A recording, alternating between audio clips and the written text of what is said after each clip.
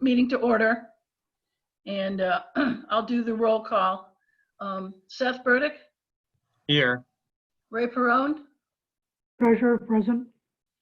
Charlie Eager, sorry, Present. Fran Parks present. Can we do the Pledge of Allegiance, please? I pledge allegiance to the flag Flag. of the United United States of America America. and to the republic To for which it stands, one nation, under God, indivisible, with liberty and justice for all. Thanks. Okay. All right. Okay. Ray, you want to do your report? Very quickly, the July results, which I didn't pass around, but just finished up today. Actually, it's surprising. Revenue is up $125,000 from last year. Had a strong month in tax revenue, and not surprisingly in water revenue, but also surprisingly in ambulance. So good report on the revenue side. On the expenditure side, it was very much as last year in total, but the operating departments were a little lower than last year in expenditures, and I think that's probably due to the COVID-19. But other than that, looks a little bit better than last year, so a good start to the year. On the refinancing, we continue to pull documents together for bond counsel. I'll be working with Charlie primarily on that. There is the one motion that I passed out that I'd like the Prudential Committee to act on. And then the other issue was the closing. We started to work on closing. Actually, we've got West Barnstable in, possibly they're going to get them done in August, which means that we would be the first one up in January. They've got a full calendar from September through to the holidays. So we would, if I can get that done, we'll be the first one on January 1st. Other than that, that's all I had, unless there were any questions.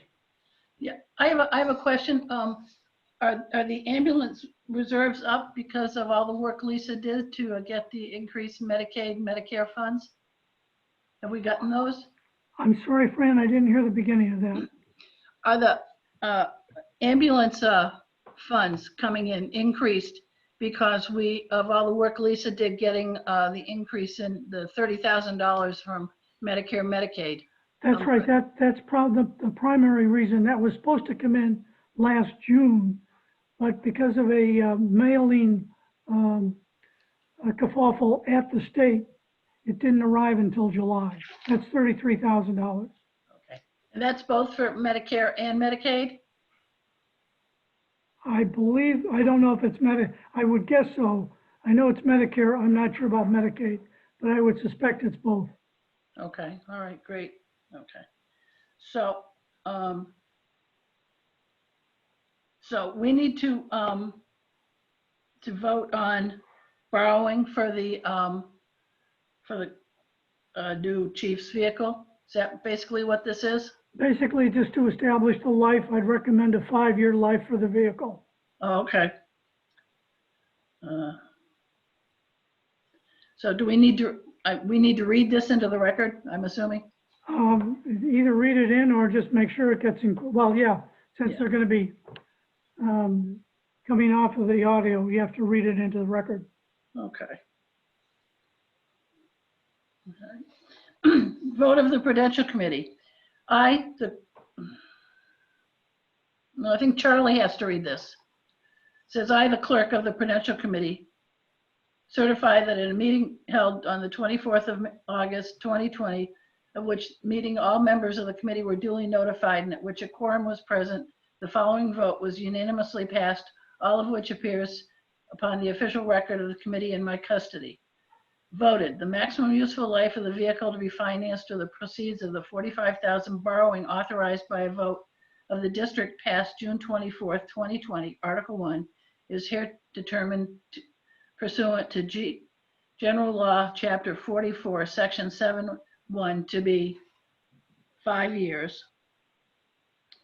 I further certify that the vote was taken at a meeting open to the public, that the vote was not taken by secret ballot, that a notice stating the place, date, time, and agenda for the meeting, which agenda includes the adoption of the above vote, was filed with the clerk of the town of Barnstable, Massachusetts, the town clerk, and a copy thereof posted in a manner conspicuously visible to the public at all hours in or on buildings in which the offices of the town clerk and the district clerk are located, or if applicable, in accordance with the alternative method of notice prescribed or approved by the Massachusetts Attorney General as set forth in 940 CMR 29.032B or 940 CMR 29.033B, at least 48 hours, not including Saturdays, Sundays, and legal holidays prior to the time of the meeting, and remain so posted at the time of the meeting, that no deliberations or decisions in connection with the subject matter of this vote were taken in executive session, all in accordance with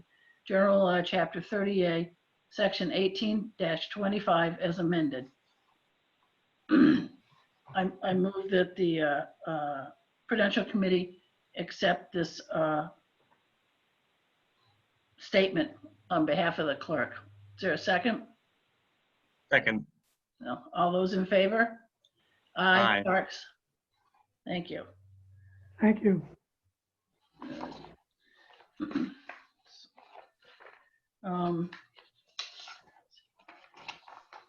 So the next item on the agenda, Lisa, just let me know that the postcards for the meeting on September 3rd are going to be mailed out tomorrow.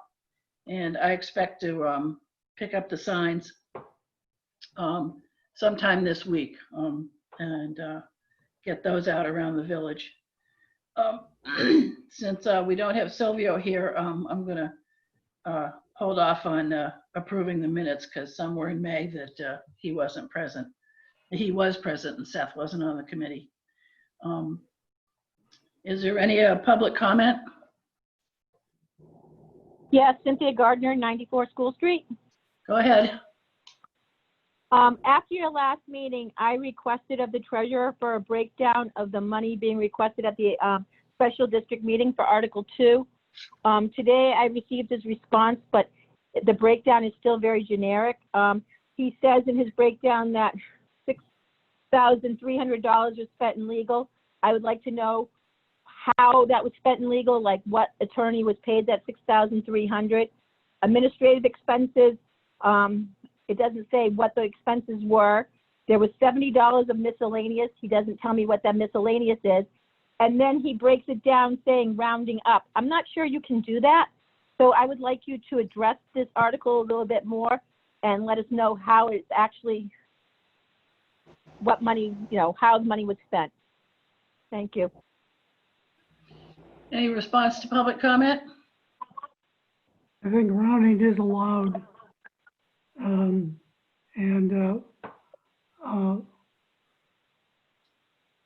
If we want to break down the $6,500 of legal, I'll go to the attorney and see if we can get him to release his invoice.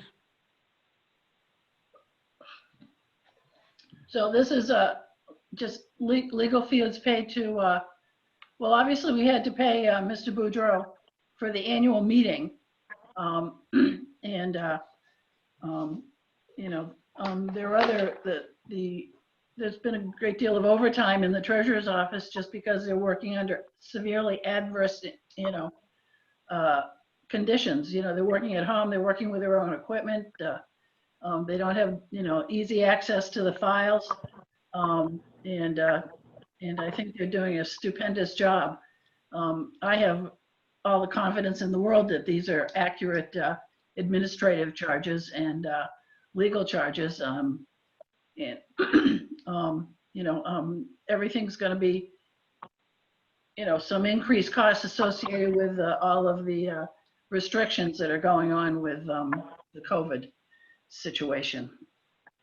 So, Another use of the rounding will be to, we have until September 30th, at least under the initial deadline, to capture expenses for NEMA reimbursement. So that provides for anything occurring in fiscal '21 that would apply to the same treatment. okay, thanks. Well, if there's nothing else, Charlie, do you need me to sign this and send it over to you, or just is what we did with the vote sufficient for the bond council? I think that bond council would like a signed copy of that, certified by the clerk. Okay, all right, well, I'll sign it and send it to Charlie, and then he can send it on to you. So I'll accept a motion to adjourn. Move to Yeah. adjourn. Is there a second? Second. All those in favor? Aye. Aye. Aye. So moved. Thank you. Have a good evening. Thank you, you too. You too. Charlie, do you want to